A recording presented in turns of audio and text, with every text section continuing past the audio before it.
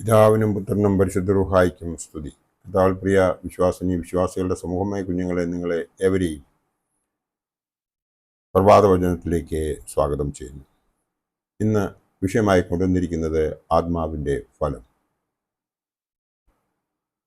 പരിശുദ്ധാത്മ നിറവുള്ള മനുഷ്യരാണ് ക്രിസ്ത്യാനികൾ. ഒരു ക്രിസ്ത്യാനിയുടെ ശരീരം പരിശുദ്ധാത്മാവ് വസിക്കുന്ന മന്ദിരമായിരിക്കണം. ആയതിനാൽ നാം ഓരോരുത്തരും പരിശുദ്ധാത്മാവിൻ്റെ നിറവിൽ അവനെ അനുസരിച്ച് നടക്കണം, ജീവിക്കണം. അപ്പോൾ നമ്മിൽ ഫലം കായ്ക്കും. പരിശുദ്ധനായ യോഹന്നാൻ ശ്ലീഹായുടെ രക്ഷാസുവിശേഷം 15-ാം അധ്യായം 8-ാം വാക്യത്തിൽ പ്രകാരം പറയുന്നു, നിങ്ങൾ വളരെ ഫലം കായ്ക്കുന്നതിനാൽ എൻ്റെ പിതാവ് മഹത്വപ്പെടുന്നു. മുന്തിരിച്ചെടിയെ കുറിച്ചുള്ള സാദൃശ്യം സവിശേഷ ശ്രദ്ധ ആകർഷിക്കുന്ന ഒന്നാണ്. ക്രിസ്തുവും വിശ്വാസവും തമ്മിലുള്ള ഐക്യത്തെ പ്രസ്പഷ്ടമാക്കുക മാത്രമല്ല, ക്രിസ്തീയ ജീവിതത്തെ വ്യക്തമാക്കുവാനും അത് ഉപകരിക്കുന്നു. എന്ത് ഫലങ്ങളാണ് നമ്മിൽ നിന്ന് പ്രതീക്ഷിക്കപ്പെടുന്നത്? പൗലോസ് ശ്ലീഹ അതിനുത്തരം നൽകുന്നു. ഗലാത്യർക്ക് എഴുതിയ ലേഖനം 5-ാം അധ്യായം 22-ഉം 23-ന്റെ ആദ്യ ഭാഗവും നോക്കുമ്പോൾ, ആത്മാവിൻ്റെ ഫലമോ അത് സ്നേഹം, സന്തോഷം, സമാധാനം, ദീർഘക്ഷമ, ദയ, പരോപകാരം, വിശ്വസ്തത, സൗമ്യത, ഇന്ദ്രിയജയം എന്ന് നമുക്ക് കാണുവാൻ സാധിക്കും. ഈ ഫലങ്ങൾ യേശു ക്രിസ്തുവിൻ്റെ ജീവിതത്തെയും സ്വഭാവത്തെയും പൂർണ്ണമായി പ്രതിഫലിപ്പിക്കുന്നതാണ്.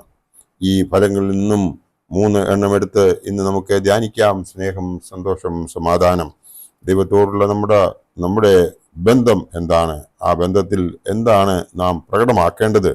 സ്നേഹം, സന്തോഷം, സമാധാനം.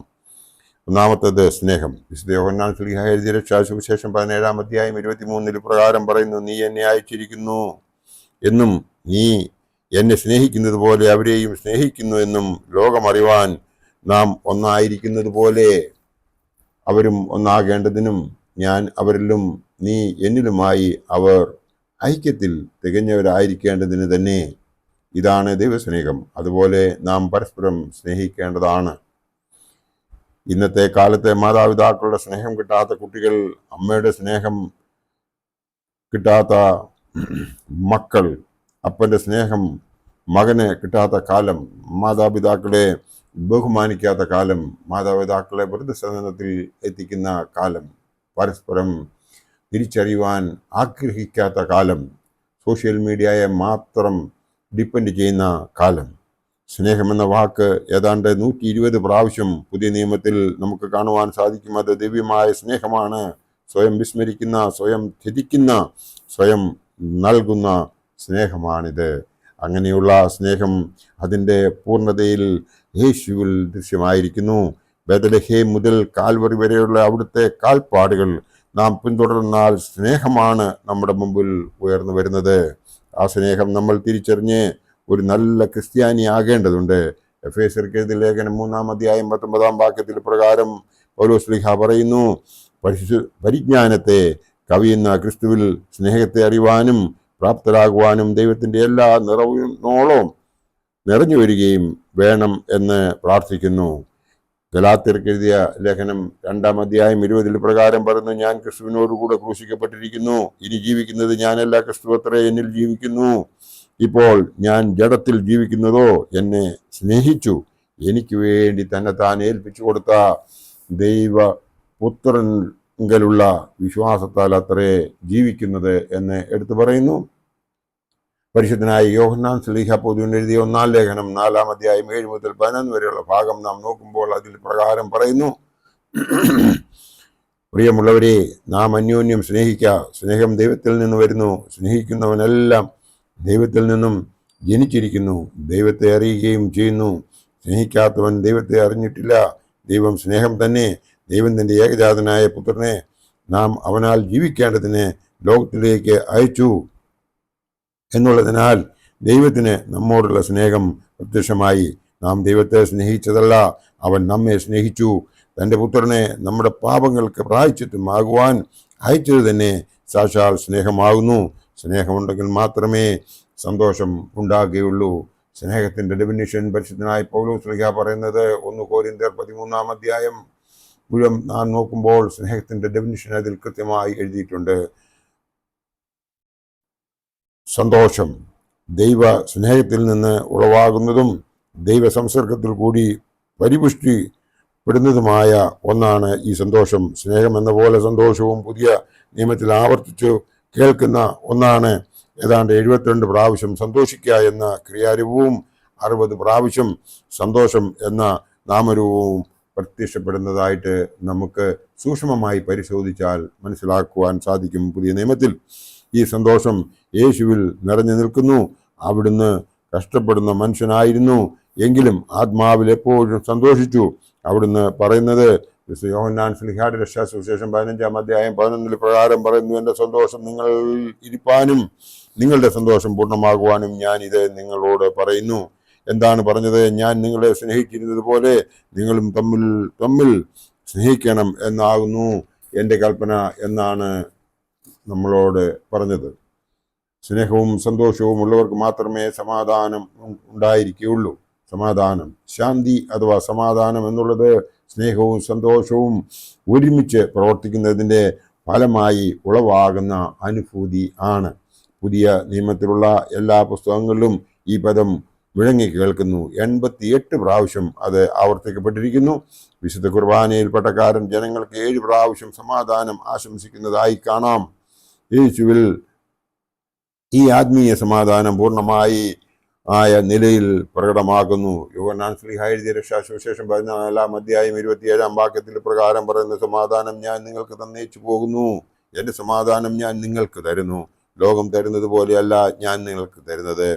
ഇന്നത്തെ തലമുറയുടെ ശാപം സമാധാനമില്ല എന്നുള്ളതാണ്. അനേകം വ്യക്തിത്വത്തെ ആകുലത എന്ന പിശാച് ബാധിച്ചിരിക്കുന്നു. പട്ടിണിയും ദാരിദ്ര്യവുമല്ല ഇന്നത്തെ പ്രശ്നം. സൂക്ഷ്മതയുടെ നടുവിൽ സ്വൈര്യവും ശാന്തിയും ഇല്ലാത്ത ജീവിതം. അതിനൊക്കെയും കാരണം ഇന്നത്തെ സോഷ്യൽ മീഡിയ ശരിയായ രീതിയിൽ യൂസ് ചെയ്യാത്തത് കൊണ്ടാണ്, ഉപയോഗിക്കാത്തത് കൊണ്ടാണ് എന്ന് നമുക്ക് ഏവർക്കും മനസ്സിലാകും. സ്നേഹവും സന്തോഷവും സമാധാനവും ഉണ്ടെങ്കിൽ പരിശുദ്ധാത്മാവ് നമ്മുടെ ഉള്ളിൽ വസിക്കും. ഒരിക്കൽ ഒരു വൈദികനുമായി സംസാരിച്ചപ്പോൾ അദ്ദേഹം എന്നോട് പറയുകയായിരുന്നു, ഞാൻ അദ്ദേഹത്തോട് ഒരു ക്വസ്റ്റ്യൻ ചോദിച്ചു, എനിക്ക് എപ്പോഴൊക്കെ പ്രോബ്ലം വരുമ്പോഴും ഞാൻ വളരെ ആകുലതപ്പെടുന്നുണ്ട്, അതിന് എന്താണ് എനിക്കൊരു സമാധാനം എന്ന് ചോദിച്ചപ്പോൾ അദ്ദേഹം എന്നോട് പറഞ്ഞത് എൻ്റെ ഹൃദയത്തിൽ തട്ടി. അദ്ദേഹം എപ്പോഴൊക്കെ പ്രതിസന്ധിയിലായിട്ടുണ്ടോ അപ്പോഴൊക്കെ സ്നേഹത്തെക്കുറിച്ചും സന്തോഷത്തെക്കുറിച്ചും സമാധാനത്തെക്കുറിച്ചും ചിന്തിക്കുമെന്നാണ് അദ്ദേഹം സ്വയം ചെയ്യുന്ന കാര്യം എന്നോട് പറഞ്ഞത്. അതുപോലെ തന്നെ എന്നോട് പറഞ്ഞു, സഹോദര, നീ ഇതുപോലെ സ്നേഹത്തെക്കുറിച്ചും സന്തോഷത്തെക്കുറിച്ചും സമാധാനത്തെക്കുറിച്ചും ചിന്തിച്ചു കഴിഞ്ഞാൽ നിന്റെ എല്ലാ പ്രശ്നങ്ങളും മാറുമെന്ന് എന്നോട് അദ്ദേഹം പറഞ്ഞു. അവയുടെ അർത്ഥവും പ്രസക്തിയും അല്പമായി ചിന്തിക്കാൻ എന്നോട് അദ്ദേഹം പറഞ്ഞു. അപ്പോൾ ഹൃദയത്തെ മൂടിയ കാർമേഘങ്ങൾ മാറിപ്പോകുമെന്ന് അദ്ദേഹം എന്നെ ഉപദേശിച്ചു. വെളിച്ചത്തിൻ്റെ ഉന്മേഷം ഹൃദയ തലത്തിൽ അനുഭവപ്പെടും എന്ന് അദ്ദേഹം പറഞ്ഞത് ഞാൻ അത് പ്രാക്ടിക്കൽ ചെയ്ത് നോക്കിയപ്പോൾ എനിക്ക് ആ ഒരു അനുഭവം ഉണ്ടായി. ഞാൻ എപ്പോഴൊക്കെ എൻ്റെ ഉള്ളിൽ ആ പ്രശ്നം വരുന്ന അവസരത്തിൽ ഞാൻ എൻ്റെ ആത്മീയ പിതാവിനെ ഓർക്കാറുണ്ട്. നമുക്കും പരീക്ഷിച്ച് നോക്കാവുന്ന ഒരു ദിവ്യമാർഗമാണിത്. നമുക്ക് ഇന്ന് ഇതൊക്കെയും നമുക്ക് സാധിക്കണമെന്നുണ്ടെങ്കിൽ നമുക്ക് കണ്ണുകളടച്ച് ഒരു നിമിഷം പ്രാർത്ഥിക്കാം. സ്വർഗപിതാവേ, കാരുണ്യവാനായ കർത്താവേ, ഈ നല്ല ദിവസത്തിൻ്റെ പ്രഭാത സമയത്ത് ഈ ഭവനത്തിലിരുന്നുകൊണ്ട് നിന്നെ സ്തുതിക്കുന്നതിനും ആരാധിക്കുന്നതിനും തിരുവചനത്തിലൂടെ നിന്നെ ധ്യാനിക്കുന്നതിനും സംഗതിയാക്കുന്നതിന് ഞങ്ങൾ സ്തുതിക്കുന്നു. നിന്റെ സ്നേഹവും നിന്റെ സന്തോഷവും നിന്റെ സമാധാനവും ഞങ്ങൾക്ക് ഏവർക്കും നീ തരണമേ. ദീർഘക്ഷമയും ദയയും പരോപകാരവും ചെയ്യുന്നതിനുള്ള മനസ്സും നീ ഞങ്ങൾക്ക് പ്രദാനം ചെയ്യണമേ. വിശ്വസ്തത ഉള്ള ജീവിതം ഞങ്ങൾക്ക് നീ തരണമേ. സൗമ്യതയും ശാന്തിയും നിറഞ്ഞ ജീവിതശൈലി ഞങ്ങൾക്ക് നീ തരണമേ. ഇന്ദ്രിയ ജയത്തിനുള്ള അനുഗ്രഹം നീ ഞങ്ങൾക്ക് പകരണമേ.